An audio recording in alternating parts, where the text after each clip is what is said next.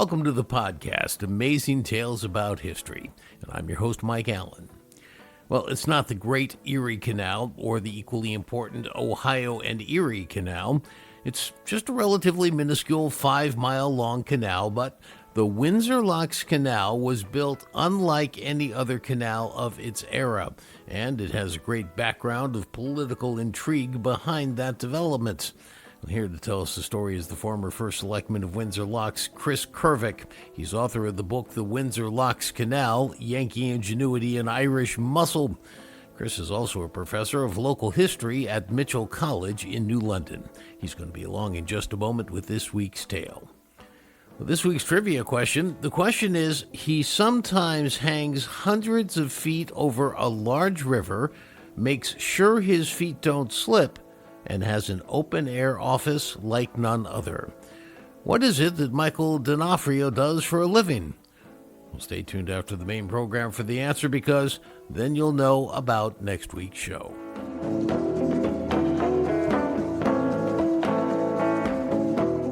Well, it's not really a secret, but not too many people realize just how much the cities of Hartford and New Haven really didn't like each other in the past, and some would say the animosity continues amongst some folks, at least, to this very day. The two cities shared the role of capital of Connecticut until 1878, at which point the crown was assumed solely by Hartford. Now, until then, they would take turns holding legislative sessions in one locale one year and the other locale the following year. One thing that always annoyed New Haven was that Hartford was a great city for shipping. It had a good port on the Connecticut River, which gave them access to Long Island Sound and all the distant markets beyond there. Now, most of the produce and manufactured items from the middle of the state and even some parts of Massachusetts, Vermont, and New Hampshire came through Hartford. New Haven, you see, didn't have a big river that gave it access to central Connecticut or points north in New England. Yes, they were on Long Island Sound, but they had to build this very long wharf. You may have heard about Long Wharf in New Haven. Well, they had to build that long wharf out into Long Island Sound because New Haven Harbor along the shoreline was too shallow for regular-sized commerce ships.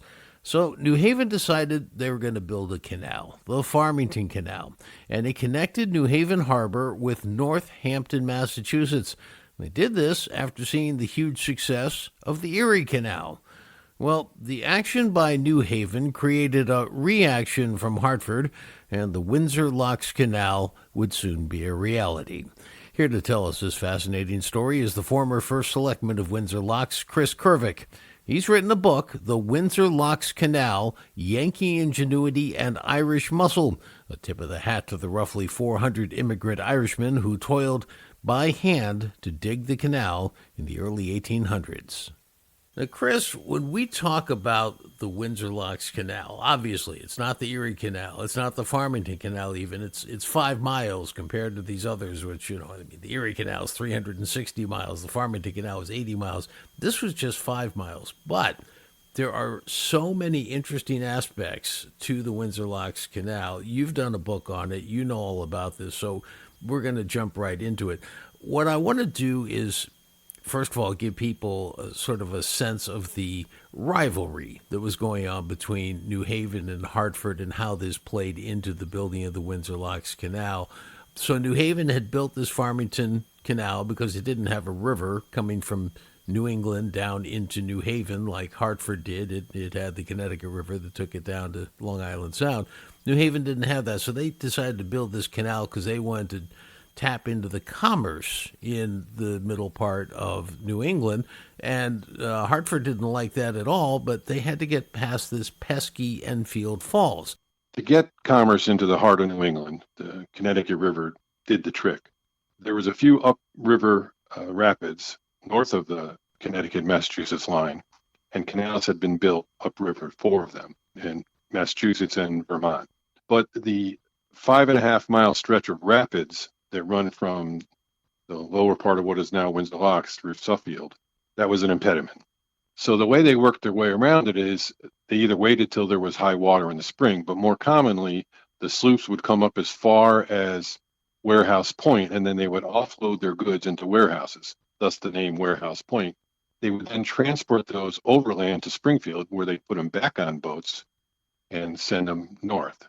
Or they would offload the goods into these scows that required men with they call them polesmen. They would need one man per 1,000 pounds of goods, and they would stand on each side of the boat, and they would basically pole it up over the rapids to get past.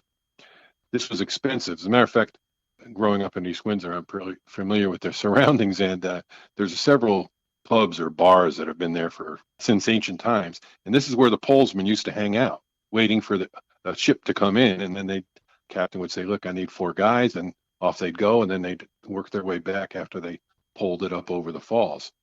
So this was not an efficient way of getting up the river, because the labor costs were much higher than they needed to be, because they had to hire these polesmen, or they had to pay for the warehousing and the overland transportation.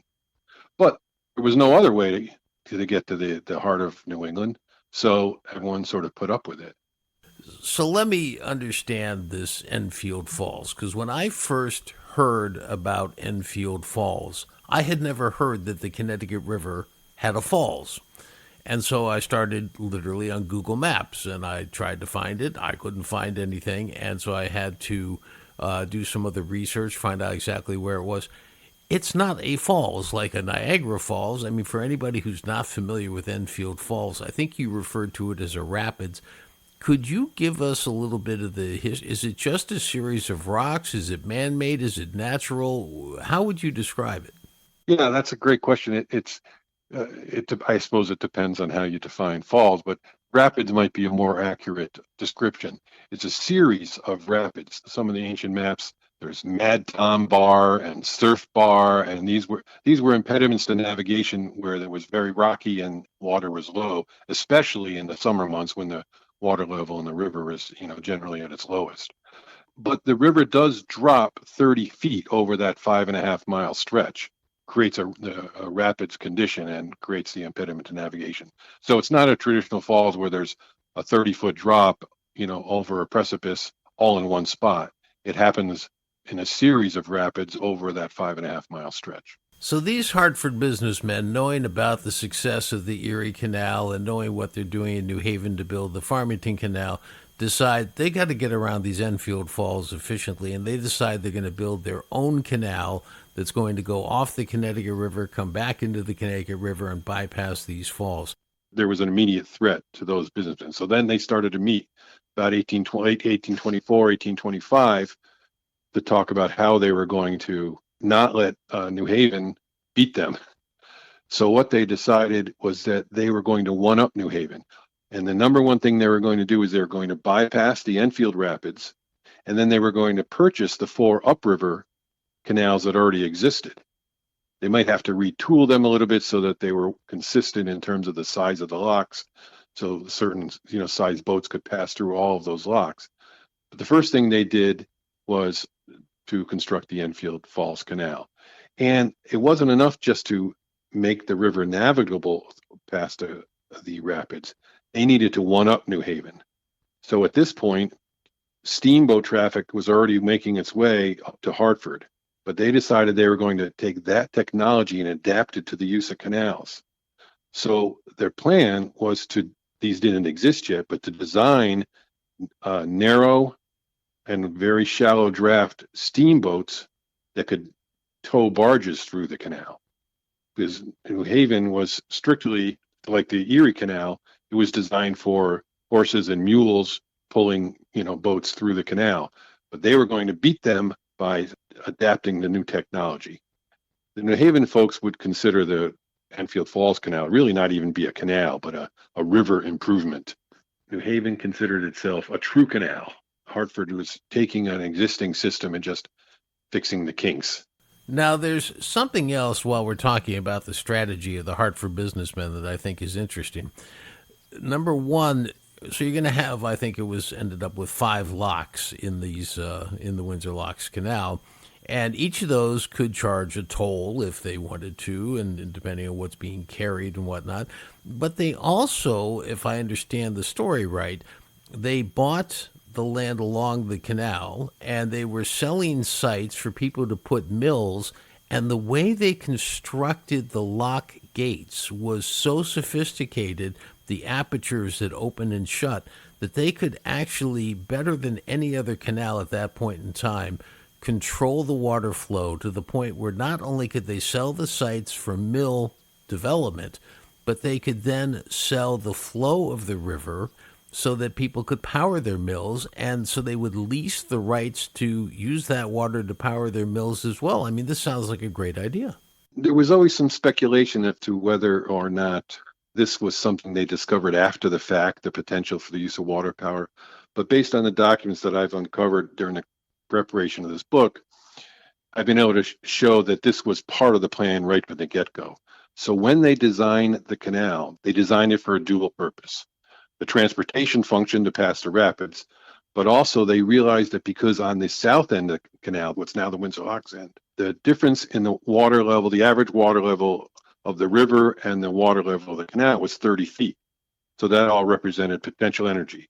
So on the north end of the canal, you have one lock, which is, they call it the guard lock. It's just the entry lock. It didn't raise or lower boats to any significant degree. But then they constructed, and this is what separates it from most of the other canals of the era, adjacent to the guard lock, they constructed this big breast wall that had apertures in it, gates in the wall that they could crank up or crank down the gates to really finely control the water level in the canal. They also designed apertures in the sidewall of the canal so that you could lease. They called them water lots. And if you leased a water lot, it came with an aperture. And the size of the opening, depending on how much you paid, determined the size of the opening. If you were leasing one of those openings to power your originally water wheels, eventually it was turbines, you needed the water level to be right to the top of your aperture. Because if it was only halfway up, then you weren't going to get the same amount of water that you paid for.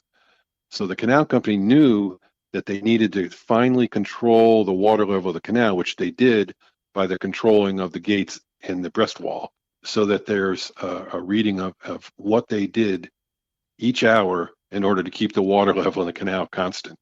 So it was a brilliant engineering feat, because in the end, when the transportation function of the canal started to decline, it was the leasing of water rights to these mill sites that really returned the first profit of the canal. Now, let's talk for a second about actually building the canal. So you're thinking about this, and you go to the beach and you dig a little trough and you let the water come in from the waves, and and you kind of get a sense for what these guys had to do. They basically had to build a 5-mile trench, which, as you say, dropped 30 feet in vertical height along the way. And they didn't have any John Deere or Caterpillar heavy equipment machinery to help them. How did this occur? If you sort of use as a marker the railroad bridge that crosses from the Windsor Locks side to the East Windsor Enfield side, below that, the canal was excavated out of land. In other words, it was dug from existing land. North of that, it was constructed a completely different way. What is now the west bank of the canal was once the west bank of the river. And they built a levee in the river and ran parallel to what was the west bank of the river. Most of it was done by hand digging, and a lot of it was done by blasting, which was another big problem because they didn't have dynamite back then. So what they did is they spent half a day driving an iron rod into the rock to try and make a place to pack black powder. And they would pack black powder into this hole that they dug in the rock. Then they'd use a rudimentary fuse and run like hell and hope for the best.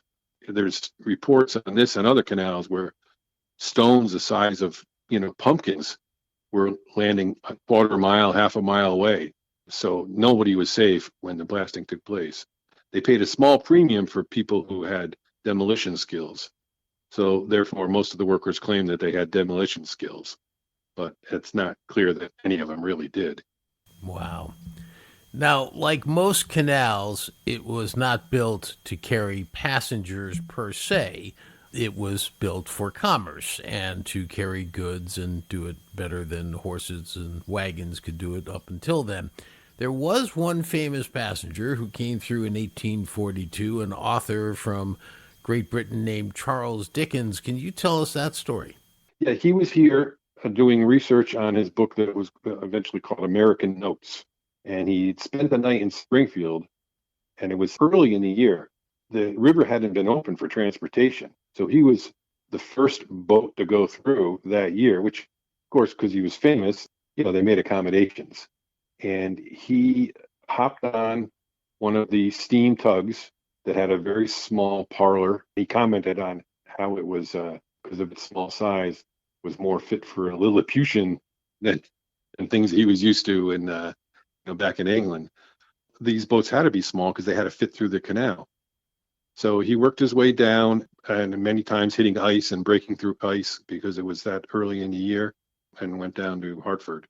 That was his claim to fame. And there was a daily packet boat, at least daily, between Hartford and Springfield for passenger service during the the first 20 or 30 years of the canal operation. But again, once the trains came in 1844, there was certainly less of the passenger function, a declining of the commercial function as well. Heavy freight such as coal, it was cheaper to transport it by water and through the canal than it was on the trains. And then also one particular product, there's the powder mills at Enfield, Hazard Powder Company. That was considered too dangerous to transport by rails. So almost all the powder that came out of Enfield, by many estimates, at least half of the powder used in the Civil War, or at least on the Union side, came out of the Hazardville Powder Company. That went by river and canal because they just didn't feel comfortable, with sparks and jostling around transporting the gunpowder. Now, there's one great story about commerce on the canal that just has to be told because the Dexter Company is the oldest listed company on the New York Stock Exchange. Tell us about Dexter. The Dexters came to Windsor Locks pre-canal, and they owned and operated both a sawmill and a grist mill. And then the third Dexter, C.H. Dexter, there was Seth Dexter 1 and then Seth Dexter 2, and then the grandson of the original, he started doing experiments on paper in the basement of the grist mill. He was aided by a guy named William English, who had been an Irish paper maker. He and C.H. Dexter were buddies, and they were young men. They were in late teens, early 20s, and they were learning how to make paper. And then they started making paper in that mill, and eventually they opened up a second mill. They weren't the first paper maker on the canal. They were about the third or fourth, but they were long lasting, and they really had a series of innovative products, including tea bags and the paper that's used to wrap cold cuts and things of that nature. And then they remained, and their products were innovative, and they still there. They finally got bought out in I think the early 90s by a Finnish company named Alstrom, but they're still there, and they're still producing paper. One of the few paper mills left.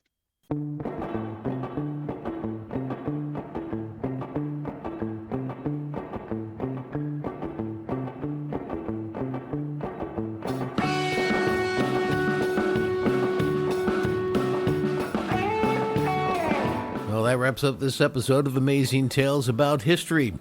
The Windsor Locks Canal also had a towpath for backup use, and today it offers a gorgeous stroll along the canal on one side and the Connecticut River on the other side. I want to thank our guest for today's program, Chris Kervick.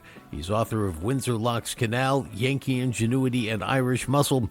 He's also former First Selectman of Windsor Locks and professor of local history at Mitchell College in New London. The answer to this week's trivia question: he sometimes hangs hundreds of feet in the air over a large river, makes sure his feet don't slip, and has an open-air office like none other. What is it that Michael D'Onofrio does for a living? Well, the answer is Michael paints the George Washington Bridge, and he performs other nerve-wracking maintenance on one of the largest suspension bridges in the world. Next week on Amazing Tales, for our 200th episode, we'll break the rules a little bit and not focus so much on history as a follow-up to a recent episode on the George Washington Bridge, interviewing somebody who knows precisely what he's talking about with the bridge because he's on it every day. Amazing Tales About History is a production of True North Associates, LLC. This is Mike Allen. Be safe and stay healthy.